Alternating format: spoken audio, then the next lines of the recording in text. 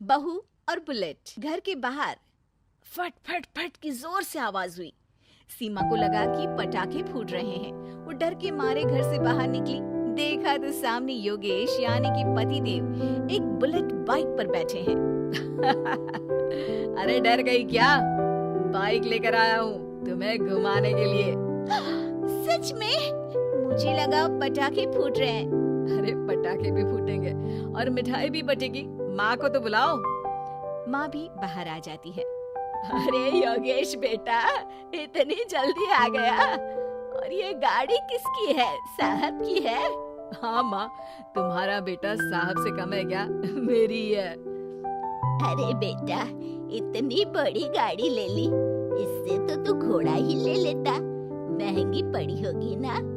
माँ महंगी सस्ती छोड़ो और मिठाई लाया हूँ, गांव में बंटवा दो। अरे बंटवा क्यों दो? पीछे बैठो, गांव में बांट कर आते हैं। सब खुश थे। योगेश गांव के बाहर एक कोयले की खदान में मजदूरी करता था। मेहनत और अकल से उसने वहां ठेकेदारी का काम सीख लिया और सूझबूझ से ठीक ठाक पैसा बनाने लगा।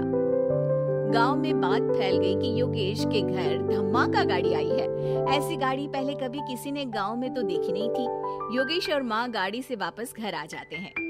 बेटा, बाबूजी ऊपर से देख रहे होंगे और आशीर्वाद भी दे रहे होंगे तुझे।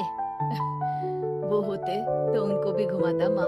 पूरे गांव में नाच नाच के मिठाई बांटने जाते। जैसे मैंने नाच नाच के बांटी थी जब वो अपने लिए एक साइकिल लेकर आए थे। बस बस, बाबूजी दो बात भी सुनाते कि फटफट वाली फटफटी ले आया। सीमा आगे कहती है, अपने लिए तो ये गाड़ी ले आए और मेरे लिए? अरे ये गाड़ी तुम्हारे लिए ही तो है। पक्का मेरे लिए है?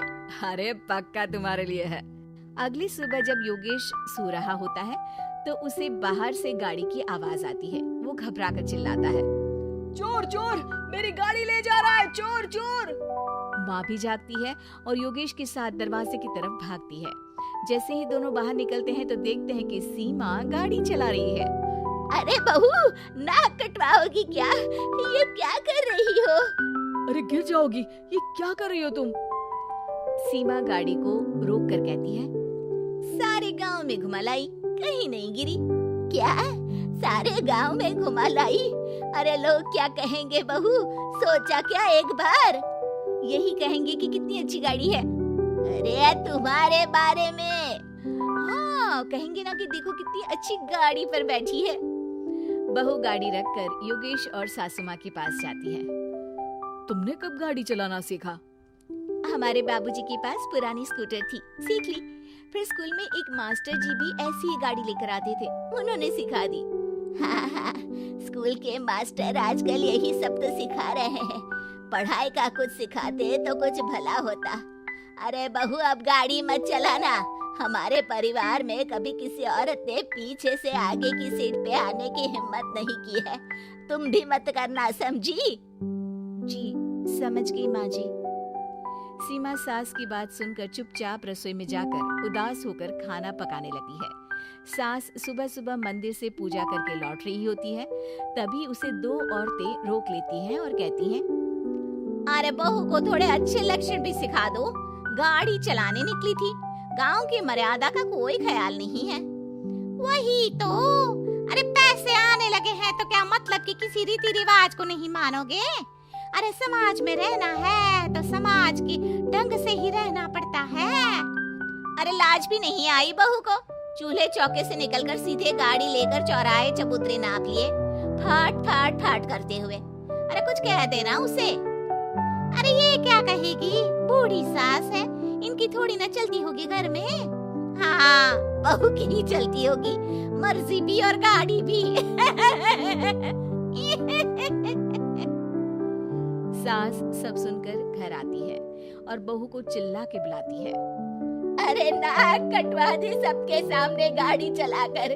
औरत जात गाड़ी नहीं चलाती। शहरों में तो 4 पहियों वाली गाड़ी भी चलाती है और हेलीकॉप्टर, हवाई जहाज भी। शहर में थोड़ी ना रहती हो मैडम साहिबा। आज के बाद गाड़ी से ही नहीं, यूं भी निकलना बंद तुम्हारा घर से। माँ सही कह रही है, कहीं भी जाना हो तो मुझे बता देना, मैं लेकर चल लूंगा। आज माँ को तुम्हारे कारण कितनी बातें सुननी पड़ी। इतना कहते हुए योगेश वहाँ से चला जाता है। बारिश की वजह से कारखाने के रोड पर कीचड़ रहता है, इसीलिए योगेश गाड़ी घर रख कर जाता है और किसी से लिफ्ट लेकर कारखाने पहुँचता है ताकि नई गाड़ी गंदी ना हो। लेकिन शाम को इतनी तेज बारिश होती है कि उसे वापस आने का कोई साधन ही नहीं मिलता। बारिश बढ़ती जाती है, रात के 11 बज जाते हैं। रास्ते में एक नदी का ब्रिज है, अगर उस पर पानी आ गया तो योगेश कारखाने में ही फंस जाएगा। पूरी रात भूखे प्यासे बितानी पड़ेगी। घना अंधेरा, बिजली की कड़कड़ाहट और तेज बारिश। राजेश डर भी रहा था, ठंड से कांप भी रहा था। तभी उसे रोड से आती हुई एक रोशनी दिखती है। वो देखता है कि उसके सामने एक बाइक आकर खड़ी हुई है। वो ऊपर वाले को धन्यवाद देकर उस बाइक वाले आदमी की तरफ बढ़ता है, पर पास जाकर देखता है तो भौचक्का रह जाता है। सीमा, तुम यहाँ इतनी बारिश में गाड़ी पर? पहले बैठो तो, नदी ब्रिज पे आ जाएगी तो जाना मुश्किल हो जाएगा। योगेश गाड़ी के पीछे बैठता है। सीमा गाड़ी चला रही है। मैंने तो तुमको पहचाना ही नहीं। गाड़ी की आवाज तो पहचानी होगी ना? अरे पर मुझे नहीं पता था कि तुम आओगी। अच्छा किया कि तुम आ गई। माँ नहीं आने दे रही थी, पर हमेशा पति पत्नी की रक्षा थोड़ी ना करेगा, पत्नी को भी तो करनी चाहिए। योगेश को सुबह अपने किए पर पछतावा होता है। उसकी आंख में आंसू आ गए जो बारिश की बूंदों में बह गए थे। उसके बाद सीमा को सास ने और योगेश ने खुशी खुशी समाज की सीमा लांघने की मंजूरी दे दी। अब वो जहां भी जाती फट फट फट गाड़ी पे ही जाती।